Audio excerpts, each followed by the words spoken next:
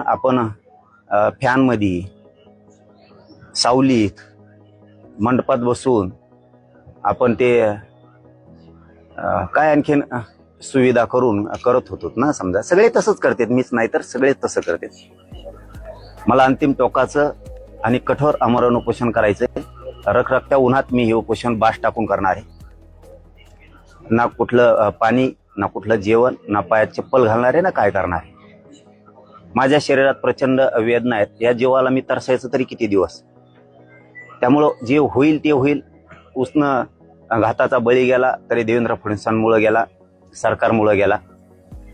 कितीही जीवाची लाहीलाही झाली तरी हरकत नाहीये, कारण माझ्या समाजाच्या लेकरांच्याच आयुष्याचा उन्हाळा झालाय.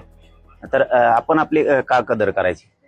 ते उन्हात कुठेही होईल, ते जंगलात होईल, रानात होईल, ते कुठेही होईल, परंतु ते खूप कडक आणि त्या रखरखत्या उन्हात ते आमरण उपोषण होणार आहे.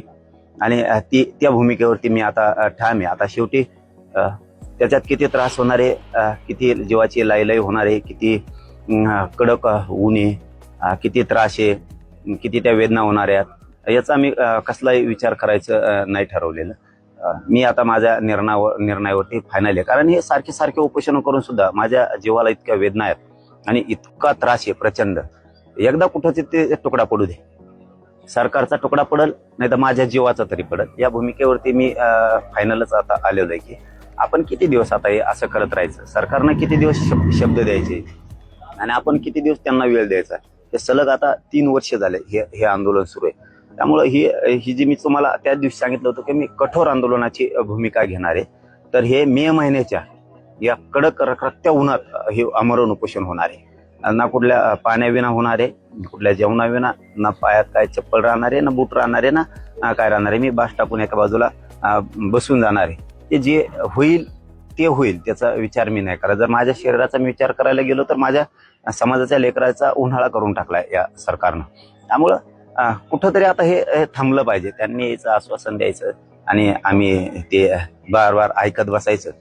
एकदाच होऊ जाऊ दे आणि हे झालं फायनल. याच्यावरती कुठलाही बदल नाही, काही होणार पण नाही. आणि माझ्या मराठा समाजाला विनंती की कुणीही अंतरवालीकडं तुम्ही येऊ नका. कारण सरकारनं मराठा समाजावरती खूप माया दाखवली की त्यांना ऊनच लागल, त्यांना विठीसच धरायचं नाही, म्हणजे माया दाखवली.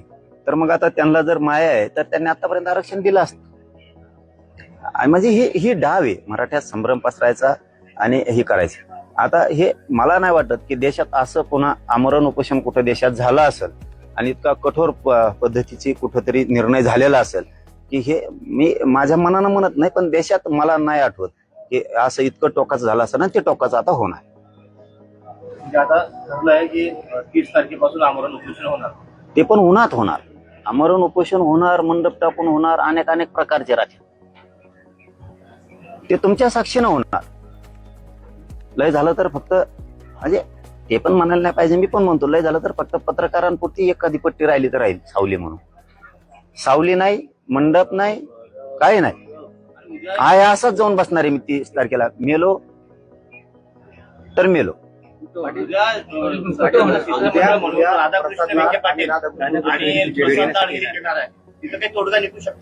मला नाही माहिती येणार आहेत नाही. 16 तारखेला सांगितलं होतं, 16 तारखेपासून वेळ दिलाय 15 दिवस वेळ. 29 ऑगस्ट पासून मुंबईतून दिलेला आता 29 मे पर्यंत 10 महिन्याचा वेळ. काय करणार येऊन तुम्ही? चर्चा बोलणार. मला चर्चा नाही पाहिजे बाबा. 58 लाख नोंदी निघाल्या, त्याचे कुणबी प्रमाणपत्र तुम्ही देणार आहेत का? ज्यांना कुणबी प्रमाणपत्र दिले त्यांच्या तुम्ही व्हॅलिडिटी देणार आहेत? सातारा हैदराबाद गॅझेटियरचा तुम्ही JR काढलाय,